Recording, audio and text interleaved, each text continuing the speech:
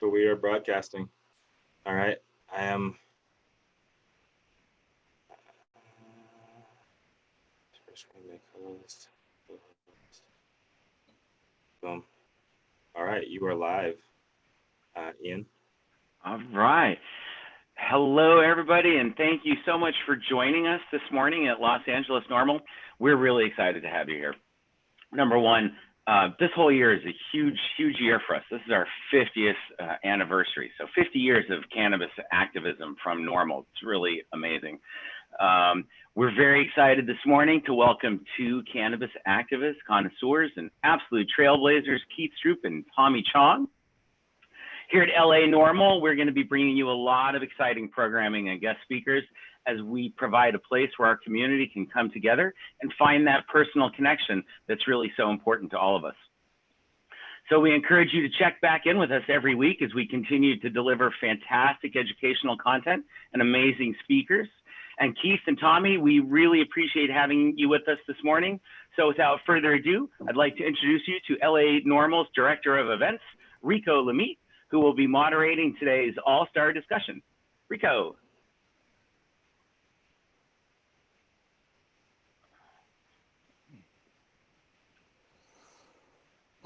What's happening, everybody? My name is Rico Lamite. I am the Los Angeles NORML Director of Events, and it is beyond a pleasure to bring together today two industry greats from over the years. We have Mr.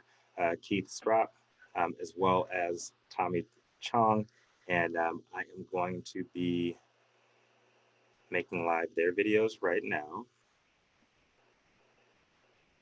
as well. Nope. We have Keith on here. Keith just fell off here. Okay, we're going to have a great conversation with Keith, Tommy, and we are going to be just covering where NORML has been over the last 50 years. It is our 50th anniversary. So where NORML has been for the last 50 years, what we have going on currently, and then where we're going into the future. This is the new NORML. It's all about advocacy. It's all about activism. And we do know that cannabis legalization is no longer a pipe dream. It is happening right now, whether it is with the Trump administration, like immediately before the election, or if it's going to be somebody else pushing it through. We think it's very important to make sure that it's coming from the voice of the people, and that it is not coming from big corporations. It's not coming from the legislators who have never been in this fight with us. So we invite absolutely everybody to come out and voice your opinions with us, join us in the fight as we continue to take charge of the industry. All right. And do we have Keith on board with us here? Just waiting for Keith to come in here as well.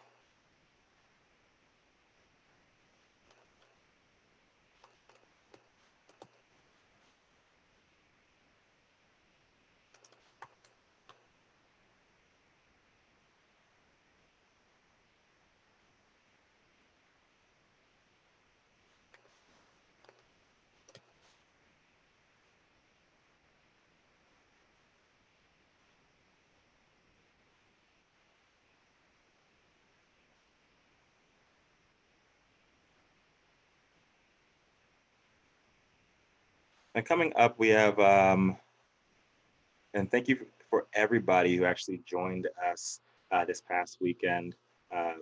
We had Mario Guzman, we had Pop Brothers-in-Law, Bruce Margolin, our own LA NORML chapter leader, executive director for 30 plus years. We were fantastic. I was very, very, very happy to have him as a part of the programming, not only as part of the programming, but he led us as well, had our opening with us, talked a little bit about where LA NORML has been and where we're going as well. We're very, very excited to grow in the digital age and just continue to push our messaging forward, which is messaging of the people. It's not one individual, it's not one company. It's always going to be of the people, and we intend to keep it that way. And now we have Mr. Stroup in with us. My apology, folks. I had some sort of a power surge and my computer went down. This is a current project. Much love. Just make sure we have a video here. We are good. All right. Thank you so very much for coming back out with us, Keith. You were out with us last weekend. We have Tommy joining us any minute now as well. Tell us a little bit about the beginnings of NORML and what you were thinking originally when NORML came to mind.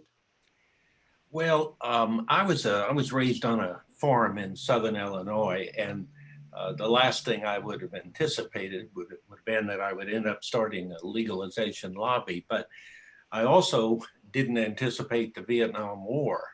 And about the time I graduated college in '65, you either had to go to grad school or you were drafted. And I had a number of my fraternity brothers from days who had already been shipped home in body bags. I didn't know what that war was about exactly, but I was pretty certain I didn't want to die in it. Right. So I ended up, as did most of my generation, or many of my generation, being really radicalized in my political views because of the Vietnam War and the anti-war movement. I was a draft dodger, frankly, is what they used to call us. They had other names they called us too. I managed, with the help of some good lawyers from the National Lawyers Guild, to get what was called a critical skills deferment. Now that sounds important. And the idea is, if the work you're doing on the home front is important enough, then instead of sending you off to fight a war, you can serve what would have been in the military, you can serve it in your civilian job. Well, as I graduated law school in '68, I was hired by a presidential commission for their legal staff. It was called the National Commission on Product Safety. I wasn't particularly interested in product safety, but it was a job that looked like it might justify to keep me out of the war, so I took it. What ended up happening was the commission had been created largely because of the work of consumer advocate Ralph Nader. He had written a book, Unsafe at Any Speed, about the dangerous Corvair automobile, and then he had begun to branch out and to protect the public against other dangerous products. So I spent 2 years being introduced to the concept of public interest law, where you use your law degree and your legal skills to try to impact public policy rather than to represent individual clients. So at the end of the commission, and that would be 1970, I was old enough then I couldn't be drafted. So for the first time I had a choice what to do. And I'd really been exhilarated by this idea of consumer advocacy and public interest law. But I had also first smoked marijuana in 1965 when I was a freshman at Georgetown Law School. So by that point, I had been smoking 5 years, and no, longer than that. I've been, by the time I started NORML, so no, it was '65 I started. So I've been smoking about 5 years. So at any event, having the first opportunity in my adult life to decide what I wanted to do, I thought, well, I want to start a public interest group to legalize marijuana. Now, I think I have to acknowledge a large dose of naivete and idealism, because if we would have realized it was a project that might take 50 years, I doubt that I would have jumped into it with both feet in 1970. But at any event, the real answer to your question is, I don't think I ever would have started NORML or even been interested in challenging the government's policies, but for the work I had done with consumer advocate Ralph Nader.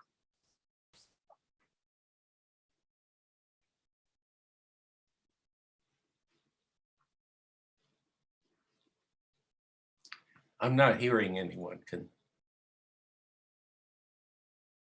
Yeah, shout out to Ralph Nader. Sorry, I had mine on mute here. Whether it's just for the community, whether it's for legalization, he's always been for the people. So we really, really appreciate the work that Ralph Nader's done. Really, really appreciate the work that you've done as well. Let's bring it into the present. So 50 years, 50 years long, 50 years strong with NORML of advocacy. And now at the current place, what do you see the current issues with the industry, with the legalization efforts, and what is the focus now for NORML? Well, obviously, in those states where it still is illegal to possess or smoke marijuana, we got to continue to focus on decriminalizing the user, because as long as the public still considers us criminals, we're not going to make much progress in the other areas where we really want to. But that'll happen. We right now are showing, when we started NORML in 1970, Gallup poll had just done their first poll to judge the public level of support for legalizing marijuana. Prior to that, they did not think it was even important enough to ask the question. Well, at that time, 12% of the public supported our goals, 88% of the public opposed them. Now, again, it's been a long, slow slog, but we now have 5 or 6 national surveys, including Gallup, that show roughly 68% of the public now support full legalization. That's 2 out of 3. So we now have the chance to finally do the kinds of things we wanted to do for a long time, but we couldn't as long as they still treated us like criminals. So what we do going forward is, in those states that don't yet have medical marijuana or good medical marijuana laws, obviously we're going to continue to push for those, but we've got pretty good laws in 33 states now. So I think within 3, 4, 5 years, we will have medical marijuana all across this country. But most marijuana smokers are not sick. They're people who smoke because they enjoy the high. It's a nice relaxation. I think it spurs your creative juices. I love to get stoned if I'm writing and just let my mind open up. And I end up seeing and understanding things that I should have seen and understood before I got stoned, but I didn't. There's something about that experience that's very positive. So going forward in the states that have legalized, here are the kinds of things we now need. Marijuana smokers obviously want a product that's safe, convenient, affordable. And when I say safe, I mean we want it tested in a state certified lab so we know there's no adulterants or heavy metals or dangerous pesticides. Right. I want to have accurate labeling as to the THC and the CBD. And I think as we learn more about the terpenoids, we're probably going to want the major terpenoids listed as well. Absolutely. So as we go forward, right now what happens is, even in most legalization states, you can be fired from your job for testing positive for THC without the slight indication that you came to work in an impaired condition. You know, you smoke on the weekend, you go in on Monday and get drug tested. In most states, they can still fire a couple of young children, and a nosy neighbor complains about smelling marijuana smoke. They, in fact, call the state child welfare agency. They assume that because you're a marijuana smoker, you're an unfit parent. They send somebody out to examine your home because they assume you have a filthy home because you're a marijuana smoker. So it's time for us to get over that issue.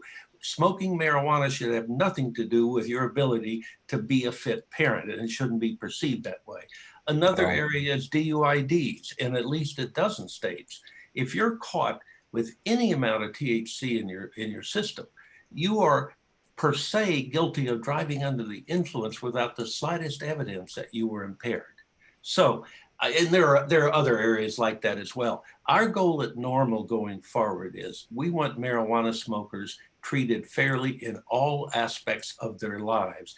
And frankly, with the kind of support we currently enjoy, you know, with 2 out of 3 Americans being on our side, I think we're very quickly going to be able to improve these first few laws. I love that. Love that. And so what would you say is next for the movement? We get through legalization. Where do you see the industry in, let's say, 5 years from now? So moving past, or what would your ideal vision be for the industry to be? I'd like to see the marijuana industry develop more along the lines of either wine or small breweries, craft breweries. Obviously, there are going to be some large players in the industry. There are in other industries as well. But for example, in the wine industry, you have a handful of really national corporations, but you also have tens of thousands of small wineries and small vineyards. And that's sort of the way I'm expecting and hoping that the marijuana legalization industry is going to develop. Sometimes I hear people complain right now because as long as marijuana is technically still illegal on the federal level, even though those laws are not very often enforced, and they haven't been allowing them to get in the way of the state legalization laws. Thank But God. the fact is, some people say, well, they want to get rid of those because as long as it's illegal federally, you can't sell interstate. You can't have the big corporations coming in because if they're going to invest hundreds of millions of dollars, they want to be able to sell to any state, not just within one state. They want to be able to import and to export marijuana. Right. So frankly, even though eventually I'd like to see the industry opened up and people allowed to sell across state lines, for a few years, I think it's in our interest to keep those rules in place because it keeps the large multinational corporations, the cigarette companies, the alcohol companies, it keeps them out of the industry. And it allows a lot of the folks who've been growing marijuana for us for decades and doing it very well to establish themselves in the niche market. So I'm okay about taking our time to get there. Right. Yeah. So it's a marathon, not a sprint. I know we've had a lot of issues out here in California. I'm in Los Angeles. Had a lot of issues out here because of the rush to legalize rather than decriminalize first. So a couple of things we lost along the way. We're getting it back. Compassion is the biggest one. And then just like helping folks out that actually need cannabis as medicine. One thing when I have my White Sox hat, I worked with a lot of kids on the south and the west side of Chicago after I went to college. And the thing that we saw in Chicago was food deserts. You go miles and miles and you wouldn't see any grocery stores. You wouldn't see like anything really nourishing. So we had food and liquor stores, just a bunch of trash like you can eat. And I don't want our industry to turn into that either. And it kind of started to do that here in Los Angeles. And that's why you see a lot of the trap shops coming up because people they can't afford to go to the nice shops, and a lot of the nicer shops, quite frankly, they're not in areas that are lower income because it's not seen as profitable for a lot of the big investors to open a dispensary there. As I'm sure you know, in a number of states, including California and Illinois and Massachusetts, but I think a few others, they are now focusing on what is often called social equity provisions. And yep. What that really means is that those minority communities that were most negatively impacted by prohibition, that we should be required to make sure that they are fairly represented in this newly legal industry. Absolutely. But as it's no surprise to most of us, that wasn't happening with the first few states. So right. They are going back now and requiring a certain number of the licenses for growing and selling to go to minority communities. And in most of the new legalization proposals, they're included in the original draft. You know, one of the benefits of having the state-by-state system that we're working on is we really are using those states as social laboratories. None of these laws are perfect because you don't think of everything. And even if you think of it, you're not sure if you include certain provisions that it will pass. For example, we've always favored, we think consumers always have the option of growing their own marijuana. They should, but they don't. And in some of the early laws, Washington State in particular, they did not include home cultivation because the surveys were showing that if they included it, they weren't sure they could win. Now, they've been trying to go back ever since. That was in 2012. They've been trying to go back and get home cultivation. They're getting close to it, but they don't have it yet. And it's because some of the industry players, of course, they don't want consumers to have that option. Most marijuana smokers are not going to grow their own marijuana. It's not that simple to grow high quality marijuana, but I do think they certainly all ought to have that option if they want it. And if the marijuana is going to be too expensive, like in California right now with all of the regulations that the licensed growers and distributors have to follow, it's very hard for the legal market to be competitive with the black market. So I saw one estimate just in the last few days that 2/3 of the marijuana sold in California may still be sold on the black market. Now, That's not terrible in the sense I've been smoking marijuana 55 years and I've been buying it on the black market. But the truth is, one of the advantages of legalization is to bring that market above ground. Let's get it regulated and safe and accessible to all the consumers. Right. That I think that really resonates because you want to make sure, especially the people who are using it as medicine, they're getting clean medicine. That's and right. they're putting the right things in your body. And quite frankly, you get a better high. you get a better high when your meds are clean. That's something that I didn't really realize coming from Chicago. So I've been in Los Angeles for 8 years now. My wife and I moved out here 8 years ago. And in Chicago, we smoked whatever was available. I didn't really know what good weed was, until I came out to California.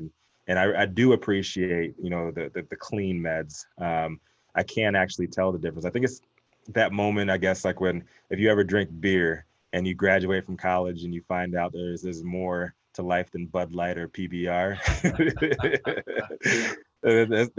That's how it is. That's how it was with me in the weed industry. Like when I was in Chicago, you smoke what you got. It used to be. Now, of course, as you know, in Chicago now, they've got fully legal marijuana. So that's been a 180-degree shift under Governor Pritzker. Yeah. But there is no doubt about it that what we all want to do, we used to go to a dealer. I mean, for 40, 50 years of my life, I'd call up the dealer man and we'd all have one or two or three people that we kind of kept in touch with because sometimes they had nothing. Usually you would call up your dealer man, you'd say, you didn't ask for a special thing, you'd say, do you have anything? The answer was yes or no, and you would buy what they had.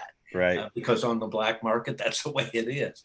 Obviously, the advantage to the consumer of a legally regulated market is you have much more sophisticated choice of products, and they're all safe and they've been tested by a laboratory.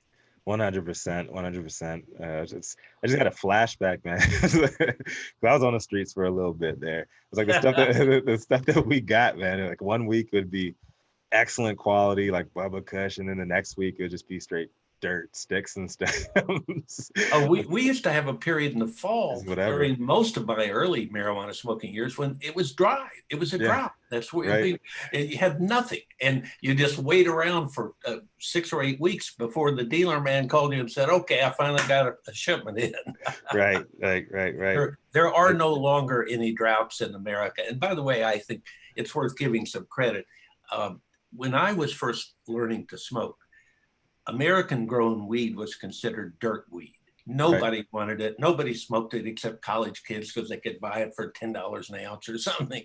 But you couldn't get high from the stuff, or barely high from the stuff.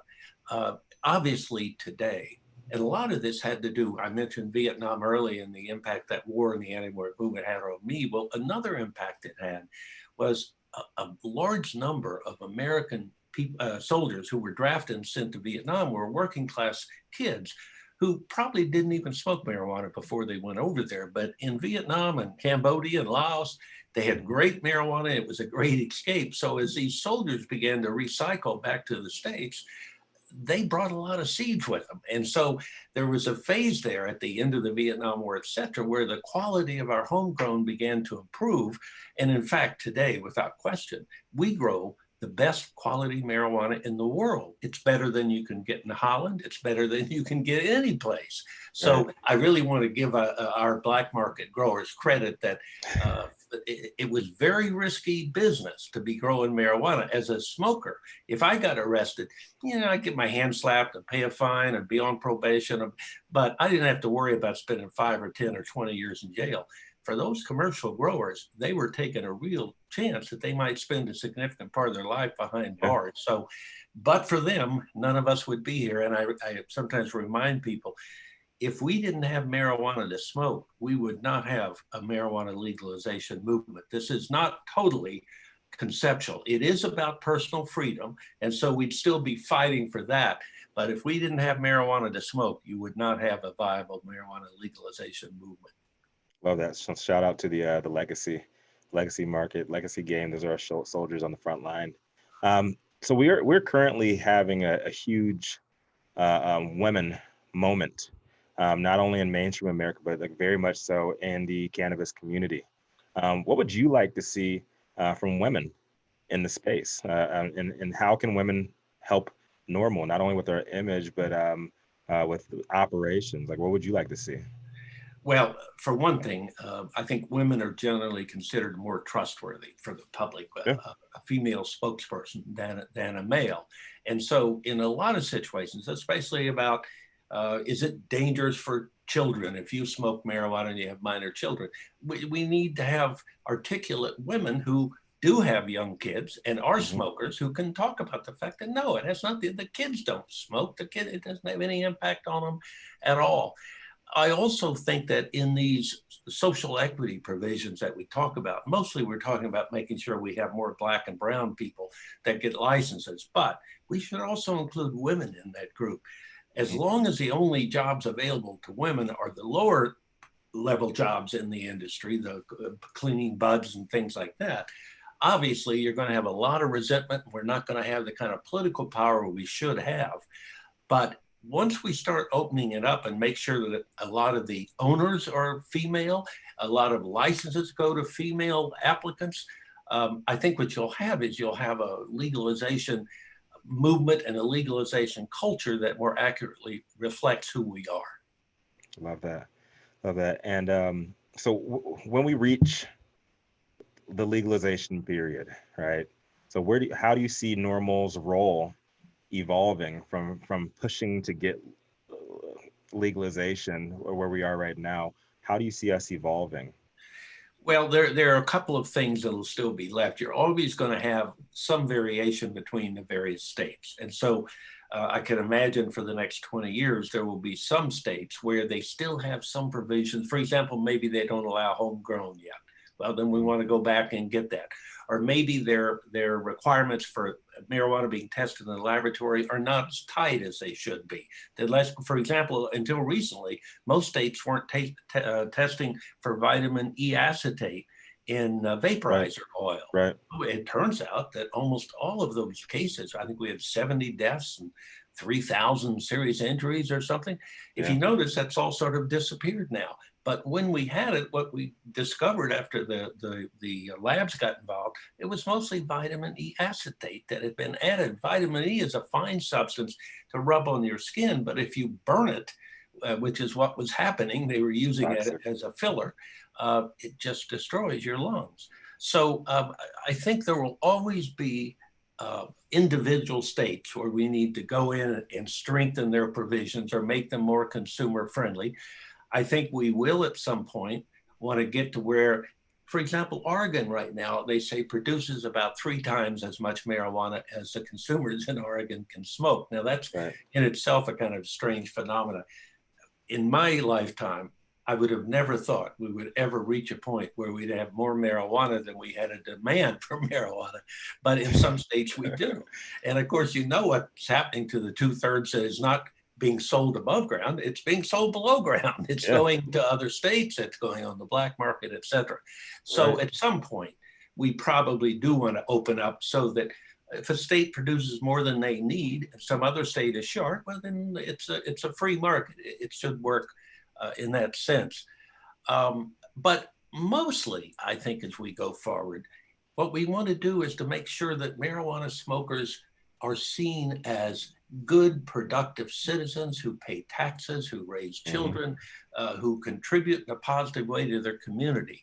We still suffer somewhat from this negative stereotype left over from the 50s and 60s and 70s, this sort of stoner stupid stuff and reefer madness stuff. Now I enjoy it. I've had fun all my life working with reefer madness and things like that. But the reality is, for a lot of my contemporaries, they really believed that stuff.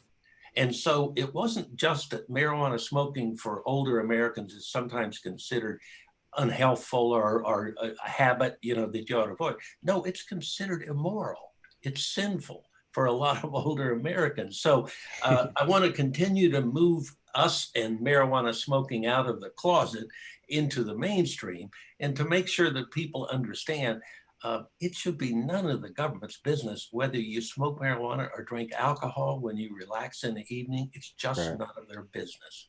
Exactly. It's a personal choice. So it's like going forward would be more of a watchdog to make sure? Yeah, we'll be almost totally a consumer advocate, whereas for these first several decades, we had to work on ending criminal penalties. You know, at one time we had almost 900,000 Americans arrested a year. It was 850 some, I think. We still have more than 600,000. You know, even though we have 11 states in the district that have legalized marijuana, and 33 states that have legalized medical use, there were still over 600,000 Americans arrested last year on marijuana charges, and over 90% were for simple possession and use. So we've still got a good bit of work to do before we fix that important problem. But mostly that's behind us. Well, you know, I mean, 2/3 of the American public now agree with our position that it shouldn't be a crime. So it's more a matter of elected officials are always more cautious on these kind of potential controversial issues. You win the public support, and then it takes a little while longer. There's a gap before you win elected official support. But we're about there, and we can't be very far off. As long as 2 out of 3 Americans are on our side, it's only a matter of time, and we win. Nice. So earlier on in our conversation today, you said when you started NORML, if you knew it would be a 50-year journey, you'd think twice about it. So along the journey, in hindsight, would you have done anything different? Well, I certainly made a lot of mistakes along the way. So if one had the benefit of going back, for example, in the late 70s, I got inadvertently involved in a controversial matter with the President Carter's drug czar. And as a result, he got fired. I had to step aside for a few years. We were considered too hot to handle, obviously. What I thought I was doing, the government was spraying paraquat on marijuana at the Mexican border, but a lot of it was coming across the border. The paraquat, when it was sprayed, apparently turned the marijuana gold. And so some of these unscrupulous dealers and smugglers were bringing it across the border and selling it as Acapulco gold. If you remember, that was one of the favorite, strains back in the old days. Yeah. Well, paraquat's an incredibly dangerous drug. So when I approached, his name was Dr. Peter Bourne, the president's drug czar, about that in the late 70s, he agreed they test marijuana that's seized along the Mexican border anyway. So he agreed that they would do some test samples to see if anything was coming through with paraquat. Well, a couple months later, he calls me back to the White House to tell me that, in fact, there was, I don't remember the exact number, but it was 22% or 18%. It wasn't a majority, but it was a significant amount of marijuana that was contaminated with paraquat. Well, he basically said, tough, it's illegal. And I said, Dr. Bourne, it's illegal, but there shouldn't be a death penalty for it, for goodness sake. So when the issue came along that involved Peter using drugs at a NORML party, I just simply felt like I wasn't in a position that I needed to protect him. I didn't want to rat him out. So I said something silly like, I neither admit nor deny. Well, that's just code word for saying, yeah, you're right, it happened. But I was so angry at them for spraying the paraquat that I didn't feel like it was my role to protect him.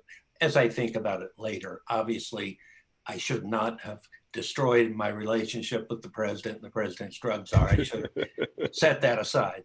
So yeah, there are things we would have done differently. I'll tell you one other thing. I was away from NORML from, I think it was 81 until 94. And during those years, it just happened to be, but it was during the Reagan years when we thought we were winning this issue. And then all of a sudden comes Ronald Reagan and Nancy Reagan and the parents groups, Just Say No. And the position they were espousing, and it had majority support for a few years, was that we shouldn't legalize something unless it's good for kids. Well, if that's really the standard, you couldn't drive a car or have sex or fly an airplane or have all kinds of things that are fine for adults to do, but we want to discourage them for young children. But during the Reagan years, we saw our public support drop 4, 5, 6 points. We won 11 states during the 70s with decriminalization laws, Oregon being the first in 73, Nebraska the 11th state in 78. because of the Reagans and the Just Say No movement and the parents movement, we didn't win another statewide victory for 18 years. It was in 1996, and that's when marijuana as a medicine surfaced and was approved by voter initiative in your state, in California. Yes. So, man, it hasn't been a straight line up. Was that we made a lot of progress, then we lost for about 15 years.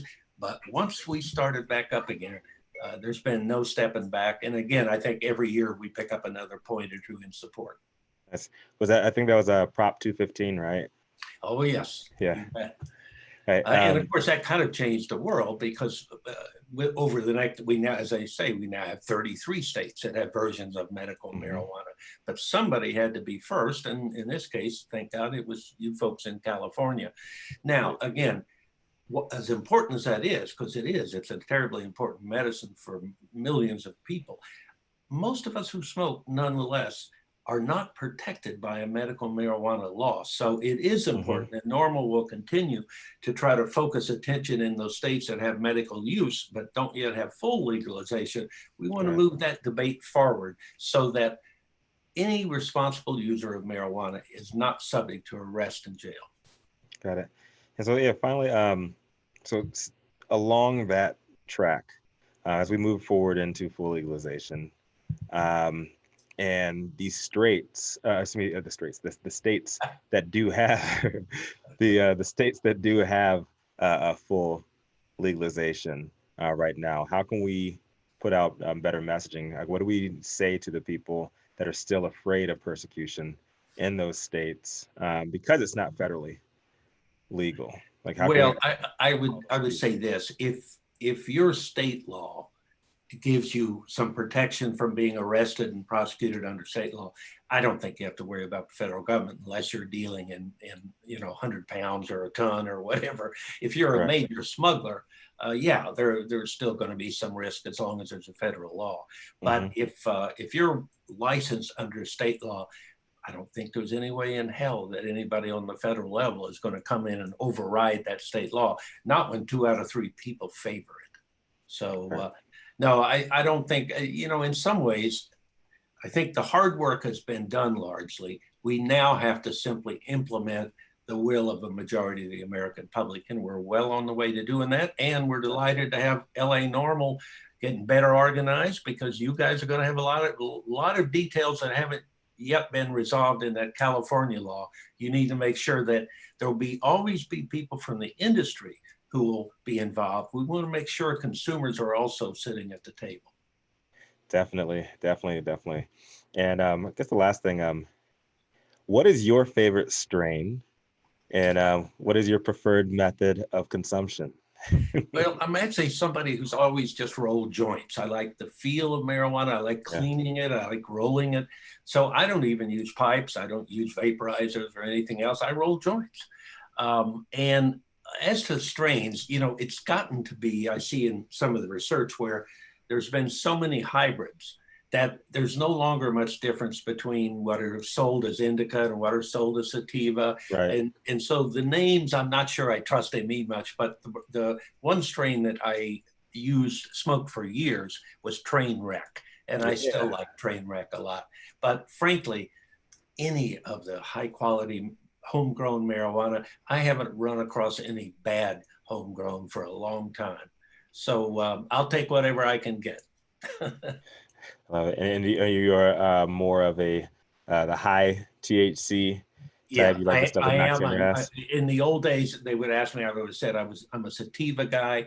I like the up to it. I like to smoke and write and work at my computer and stuff. Whereas I realize that some people use it to go to sleep at night. So you wouldn't generally want a heavy sativa. But as they say, the research seems to suggest there's not much difference between, they've all been interbred now. So mostly it's marketing, I think now. I agree. It's nice that we finally got out of that phase, by the way. There was a period, because we were coming out of Prohibition and we'd all been in an underground culture where the names of marijuana were offensive. They were sexist and racist and ugly. And I mean, for example, Trainwreck isn't sexist or racist, but who Right. would really sell a product that you're selling it to people so because they will enjoy it, it'll make them feel good, and you call it train wreck? Please. So I'm kind of happy that we've kind of moved beyond that, and I don't even want to say over the air some of the sexist and racist names that used to be common, but Right. I mean, I would say somewhat. You can still go into some dispensaries here in California. I think I saw a coronavirus OG oh yeah, last, oh yeah. last Oh God. week. You think about that must feed into the fears of the reefer maniacs that are still left up there. Oh, Now, one thing, by 100%. the way, we're beginning to pick up more support from people above 65. And I think it's Hmm. a couple of reasons. One is because you have a lot of aches and pains as you get older. So they're Right. finding out marijuana can help with that. But also they have a lot of free time on their hands. And if you're taking a walk with your dog or whatever, man, if you take a couple of hits of marijuana and take that walk, it's going to be a lot more satisfying than if you do it straight. So Exactly. I think we're winning the older folks, and also because they finally over outlived the reefer madness impact of the 30s and 40s and 50s. Excellent. Excellent. Excellent. Um, oh, wow. We almost thought that we might have Tommy actually coming in. Finally, Well, hey, we'll it, try it, again later. no, no, Ian from our team said we have Tommy's direct cell, so we're gonna hold off just a second here, see if we can get Tommy Oh, on good, here. good. Yeah, he was having technical difficulties again today. That Like due to happens. due to the virus and everything, like some of us aren't as well versed in technology as others, and yeah, and Tommy had some issues with us last week, and he was having a little today, but we might be able to get him in here. So if we do, that'll be a Sure. huge As you treat. know, Tommy's on our advisory board. He's spoken at Yeah, several of our conferences.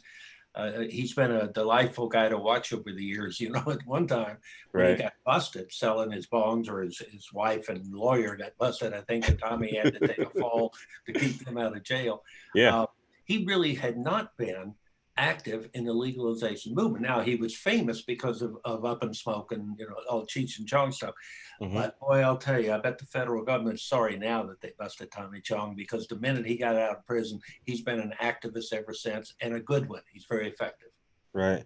And I mean, with that being said, like he's always been down for the cause. And Oh, yeah. we had Mario Guzman from Stravinsky's on last week, and he was saying like the reason why he got into the industry is because he saw Tommy wearing a NORML shirt Oh, yeah. as well. He thought that was the coolest thing. So he was like really proud to be with us. Well, Um, it always makes me proud when I see one of our celeb supporters wearing a NORML shirt. I've got some famous pictures of Willie Nelson sitting on the bus with us, and he's got his NORML shirt on as well. got it. So now, like I mean, going forward, what is our mission? What is our priority? So what is our rallying call like for all of us on the Well, front I lines think here? for one thing, we want to make sure that we keep the market safe and secure. And as this coronavirus kind of reminds us, sometimes we take that aspect of life as if it's automatic. Somebody else is taking care of it.